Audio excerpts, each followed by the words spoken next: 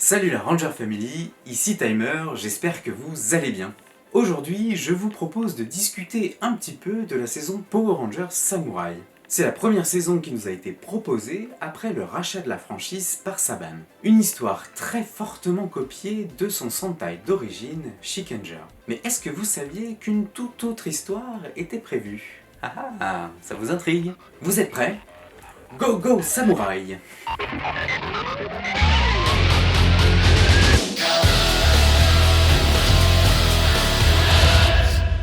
En 2010, la presse annonce le rachat de la franchise Power Rangers par Saban, au géant Disney qui le lui avait racheté en 2002. Ouais, faut suivre. Aim Saban ne veut pas perdre une seconde et planche immédiatement sur une nouvelle saison de Power Rangers. Il se base sur la série Sentai Shikenger,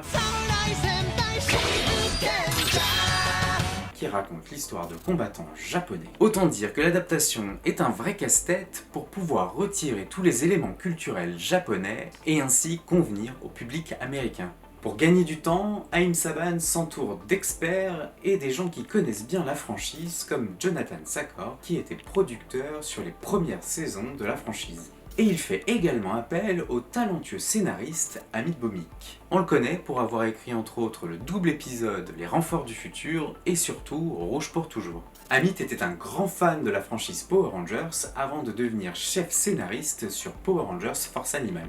Il a quitté la production lors de son rachat par Disney et de sa délocalisation en Nouvelle-Zélande. Il avait pourtant prévu tout un scénario pour Power Rangers Force Cyclone, mais on en reparlera peut-être dans une autre vidéo. Après avoir bingé la 50aine d'épisodes de la série Sentai, Amit se met à travailler sur une ébauche de ce que pourrait être Power Rangers Samurai.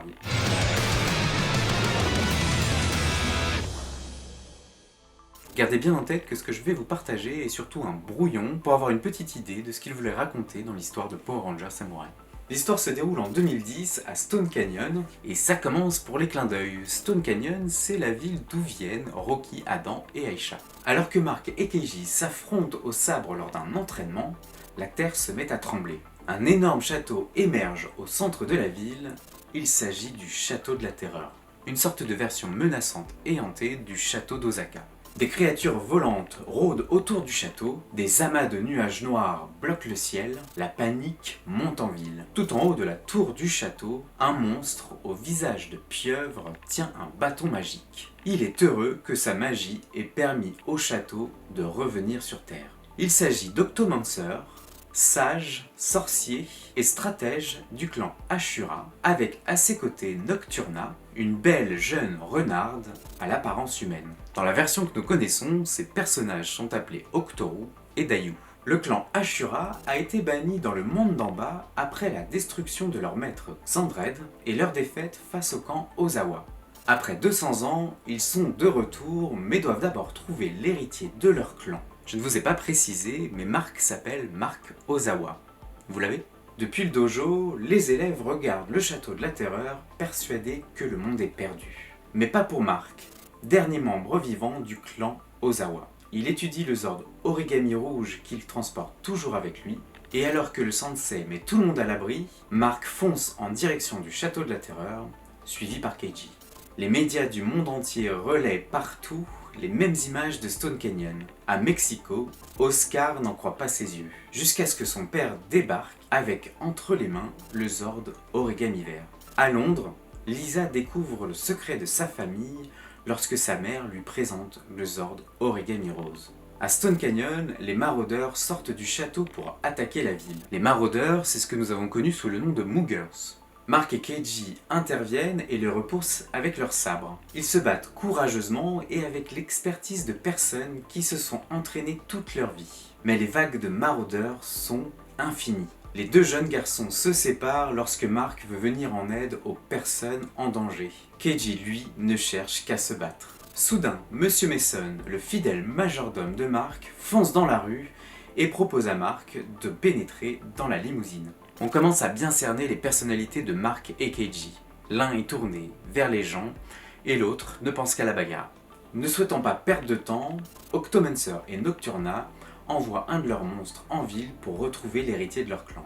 Pendant ce temps, Mason, qui a élevé Mark comme son fils après le décès tragique de son père, soigne les blessures de Mark. Il sait que son destin en tant que chef du clan Ozawa est de tout faire pour repousser le clan Ashura, comme son père et son grand-père l'ont fait avant lui, et ce, depuis 18 générations. Après la défaite du maître Xandred il y a 200 ans, les vassaux du clan Ozawa se sont dispersés à travers le monde pour garder secrets les enseignements du pouvoir calligraphique et éviter qu'ils tombent entre de mauvaises mains.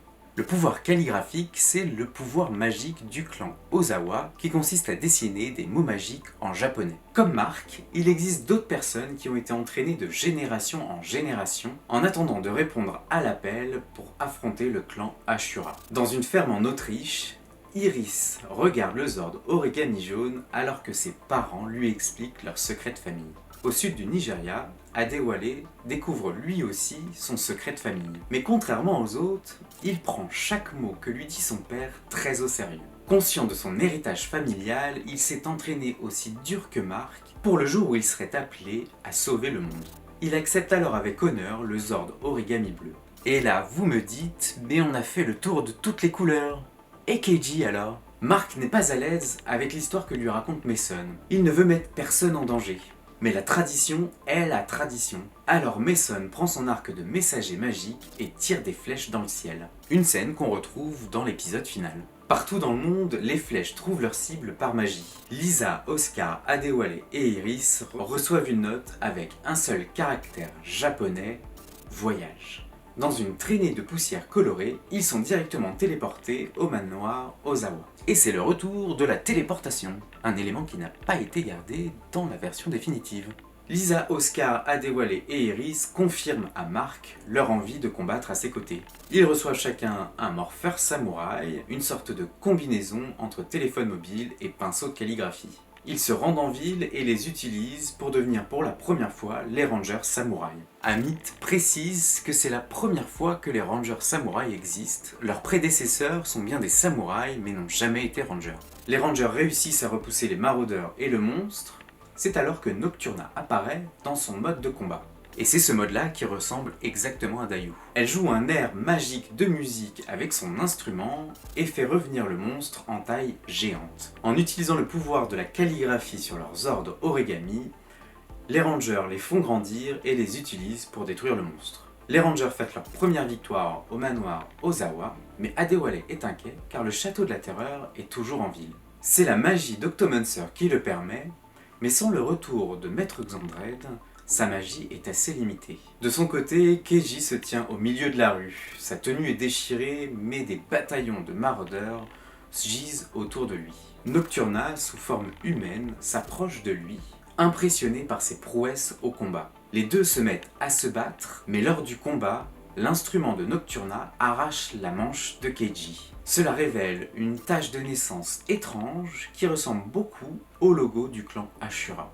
Twist final, Keiji est en fait l'héritier du clan Ashura. Dans les épisodes suivants, Keiji accepte son destin en tant qu'héritier du clan Ashura. Le château de la terreur repart alors dans le monde d'en bas, d'où le clan pilote ses attaques de la terre. Nocturna lui apprend à maîtriser ses pouvoirs intérieurs et à se transformer en mode de combat comme elle. Il devient alors celui qu'on connaît sous le nom de Decker. Animé par la confrontation avec Mark, Keiji porte en lui la haine du clan Ashura envers les Ozawa. On apprend également qu'une 5e flèche a atterri à Angel Grove chez Bulk, devenu chef sushi.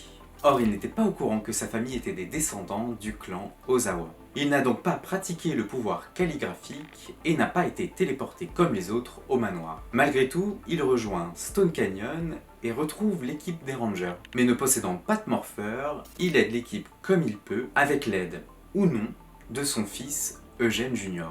Dans cette version, Bulk devait beaucoup plus interagir avec l'équipe de Rangers, et il est accompagné de son fils et non pas de celui de Skull. Au fil des épisodes, Eugène travaille sur un projet secret, la création de son propre morpheur. Il parvient alors à se transformer en Ranger doré, mais garde son identité secrète, et lorsque tout le monde la découvre, il est interdit de transformation. Jusqu'au jour où il sauve la vie des Rangers et déclenche la fierté de son père. Il rejoint alors l'équipe de façon permanente. Jaloux de la relation naissante entre Keiji et Nocturna, Octomancer fait renaître Akumaru, un ancien vassal du clan Ozawa, qui a vendu son âme pour devenir un démon Ashura. Alors qu'il fait semblant de servir Keiji, il essaye surtout en secret de faire renaître le maître Xandred. Vers la fin de la saison, Mark découvre qu'il n'est pas un vrai descendant du clan Ozawa, mais de celui du clan Ashura. C'est d'ailleurs le frère de Keiji qu'il avait perdu de vue depuis de nombreuses années. Mark quitte alors les Rangers,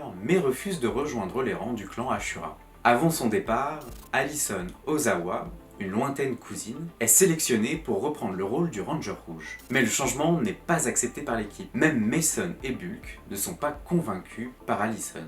De son côté, Mark part en quête personnelle pour trouver sa place dans le monde et surtout au milieu de la guerre entre les clans Ashura et Ozawa.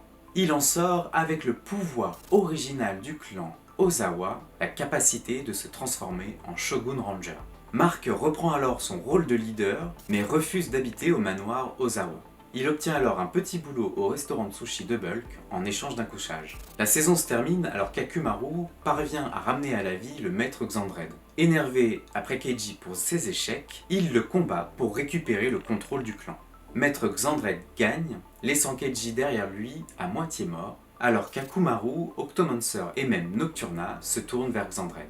Ce dernier utilise ses pouvoirs pour remonter le château au milieu de Stone Canyon. Il utilise tous ses soldats pour attaquer la ville alors que Mark et Keiji s'affrontent lors d'un dernier duel. Alors qu'ils se sont presque entretués, Mark et Keiji décident de faire passer en premier leur humanité et le fait qu'ils soient frères au-delà de toutes les traditions samouraïs. Pendant que les Rangers combattent le maître Xandred géant à bord de leurs ordres, Mark et Keiji s'unissent et s'infiltrent dans le château de la terreur. Ils parviennent à détruire Akumaru, Nocturna et Octomancer alors que leurs amis éliminent Xandred. Le château de la terreur est alors détruit et le monde est sauvé. Mark est parvenu à établir une paix durable, ce que le leader original du clan Ozawa n'avait pas réussi à faire. Rangers tous unis, samouraï pour la vie!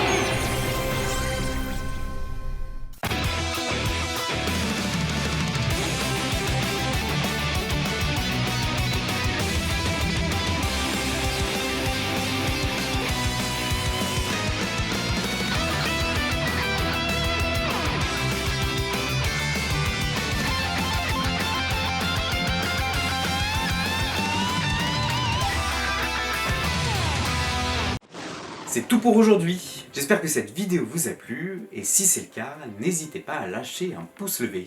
Alors dites-moi, que pensez-vous de cette version de Power Rangers Samurai? Dites-moi tout en commentaire pour qu'on puisse en discuter ensemble. Profitez-en pour vous abonner à la chaîne pour retrouver plein d'autres vidéos comme celle-ci et ne rien rater de l'actu Power Rangers. Voici un indice sur ce qui vous attend dans la prochaine vidéo.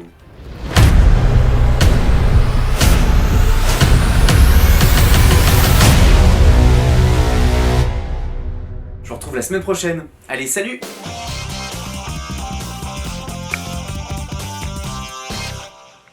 Et tout au milieu de